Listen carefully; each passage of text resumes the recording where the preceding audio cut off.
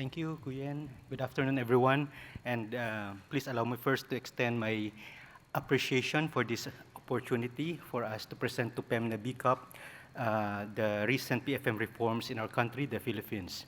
So I'll just go straight to the heart of my presentation, which is the recent PFM reforms roadmap 2024 to 2028. And this consists of three phases. The first one is the stock-taking and shaping of reforms. So primarily, this is focused on the development of the Philippine PFM reforms roadmap in 2024 to guide us what activities to put in these reforms moving forward.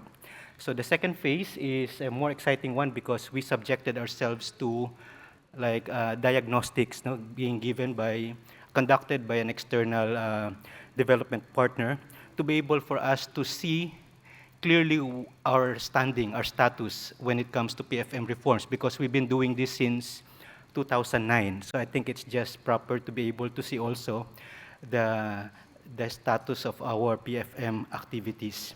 And then third is the recalibration for sustainability, or the midterm review and updating of the PFM reforms roadmap. So basically what will happen is we try to put together phase 1 and phase 2, so to be able to come up with readjustments or some kind of recalibration in phase 3, moving forward to 2028. Okay, so allow me to briefly go through each of these phases.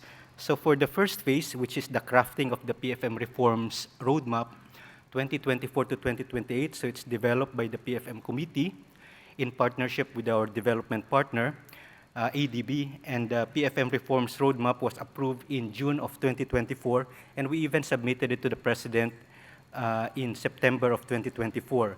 So it is grounded in a nationwide self-assessment and reflects the insights and aspirations of over 1,100 PFM practitioners and senior officials from national government agencies and regional offices, local government units, and civil society organization. But still, we see this as some kind of self-assessment. And that's why it's very important for us to also see what are the plans moving forward. So here, we have the typical PFM pillars, which is identifying this objective of fiscal discipline, spending within the means, allocative efficiency, spending on the right priorities, and operational efficiency, spending with the greatest value for money. So basically, what happened in our phase 1 is that we managed to identify 41 PFM reform interventions to achieve the specific outcomes across 11 strategic focus areas. So this is the output of our phase 1. So there are existing interagency TWGs in the current system. There are 5 of them, but we still need to add 6 more, which includes planning and budgeting linkage, digital PFM. This one is interesting, PFM policy and legal framework. When it comes to identifying bottlenecks, this is also our problem, how to push priority bills and to really to make them into a law later on. So we have put a special task team to be able to address this kind of bottleneck. So 11 focus areas. When I first saw this, I said, no, this is not too focused really, given there are so many areas to work on. But the idea is to have clear delineations for activities, and also for the purpose of measurements or monitoring, to be able to see, okay, is there really progress when it comes to digital task team or let's say accounting and auditing, so that you have this thing of responsibility and accountability. Okay, so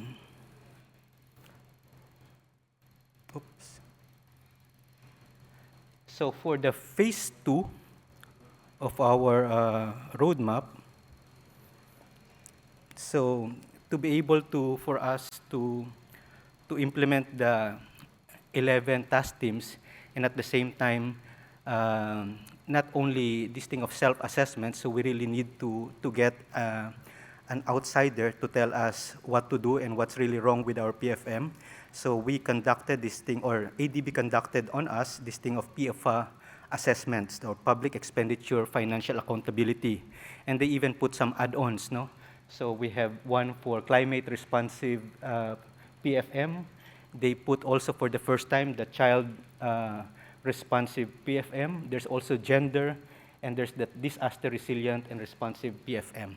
So these are actually called out from the basic PFA, but in order to be able to highlight, no, how is our budget when it comes to addressing child needs, for example. So they want us to have a special pamphlet or book, or called out from that big report. Okay, so this is the outcome of that PFA assessment. So you see the blue dotted lines is the average that we got from that report. And then the East Asia and the Pacific average performance is the red line. And then the basic level of performance, which is the passing score that our PFA advisor has put on us, is the yellow dotted line. So basically, this is like being a good student. This is our report card, no? And there are several subjects. And you see that we are performing well when it comes to transparency of public finances. So we are above these lines. But we really perform poorly when it comes to predictability and control in budget execution. So you see that our bar graphs are below even, we did not pass basically, no? This, the yellow dotted line. So at least it's a very good occasion for us to also do some kind of readjustments, given that we have already identified 11 task teams, but here comes PFA assessment, so we have to recalibrate and integrate that in our roadmap so that we'll be able to adjust before the end of 2028. Okay, so here is, well, basically overall a good report that I can tell you is that we have improved from 2016 of 2.19. Our score now is 2.72 in 2025. But still, the basic idea is to address those pain points that we are having in our PFM systems. So not so much on celebrating that we have improved in general, but really identifying those areas where there's really a lot to improve on. And here is our the domains of public finance in the Philippines. So again, it's a color-coded. So we have plenty of red items here. The ones on the rows, these are the pillars, no, of public finance, and the ones on the columns on the top row, these are the areas, okay, where we could be either performing well or worse, no?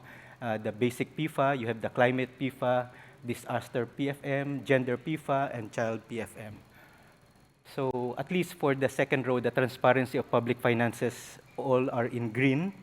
So we're doing well there. But I think it's important for us to really address those red boxes. Also for those dark ones, meaning they are not yet covered by the current indicators that we are having, so it's important also for us to put the necessary database there. In fact, we could score a score of D, which is the lowest letter or score, even if you are not performing well, just by the fact that you don't have available information to provide to the PFA assessor, that gives you already a very low score. So that's already a D. Okay, so after phase 2, so we're going now to phase 3, the last step, which is the integration of phase 1 and phase 2. So we need to also incorporate those suggestions or recommendations being given to us in the PFA report, and to be able to fine-tune our roadmap, PFM roadmap, until 2028. And then from there, develop PFM reform action plan for each of the strategic focus areas to guide the implementation of the reforms roadmap. And then finally, establish a monitoring and coordination mechanism linked to the KPIs identified for systematic tracking of activities and interventions.